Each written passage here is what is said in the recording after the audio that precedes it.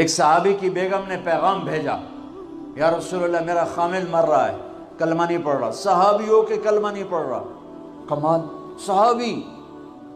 اب بھاگ کے گئے، ہم نے کہا بیٹا کلمہ پڑھ، پڑھوانے والے نبی، پڑھنے والا صحابی۔ کہا جی پڑھا نہیں جاتا، بول رہا ہے کلمہ نہیں پڑھا جا رہا۔ ہم نے کہا کیا ہو؟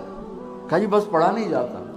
آپ نے فرمایا اس کے والدین میں کون زندہ ہے؟ کہا جی ماں زندہ ہے۔ تو آپ نے کہا اس کی ماں کو بلاؤ۔ وہ ماں آ گئی۔ آپ نے فرمایا علقمہ کی ماں تو بیٹے سے ناراض تو نہیں؟ کہا جی میں ناراض ہوں۔ کہا تجھے کیا ناراضگی ہے؟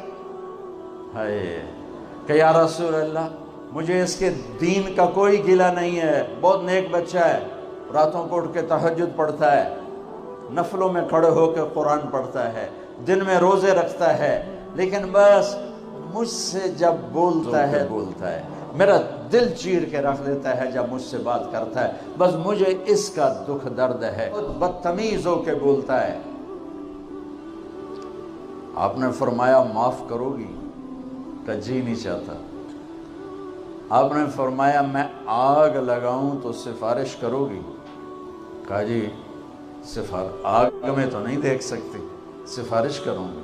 آپ نے فرمایا اگر تو نے معاف نہ کیا تو یہ مرتے ہی اللہ کی آگ میں جلے گا، یہ سیدھا اللہ کی آگ میں جائے گا، سفارش کرتے ہو، معاف کرتے ہو؟ کہا جی میں اب معاف کرتی ہوں۔ آپ نے کہا بیٹا لا الہ الا اللہ کہے۔ اس نے کہا لا الہ الا اللہ اور جان نکل گئی۔ آپ نے اس کا جنازہ پڑھایا اور پھر اعلان کیا اس کی قبر پہ کھڑے ہو کر جس نے ماں باپ کو دکھ دیا اس پہ اللہ کی لعنت، اس پہ فرشتوں کی، اس پہ زمین آسمان کی لعنت، ان کی نہ نماز قبول ہے، نہ روزہ قبول ہے، نہ صدقہ قبول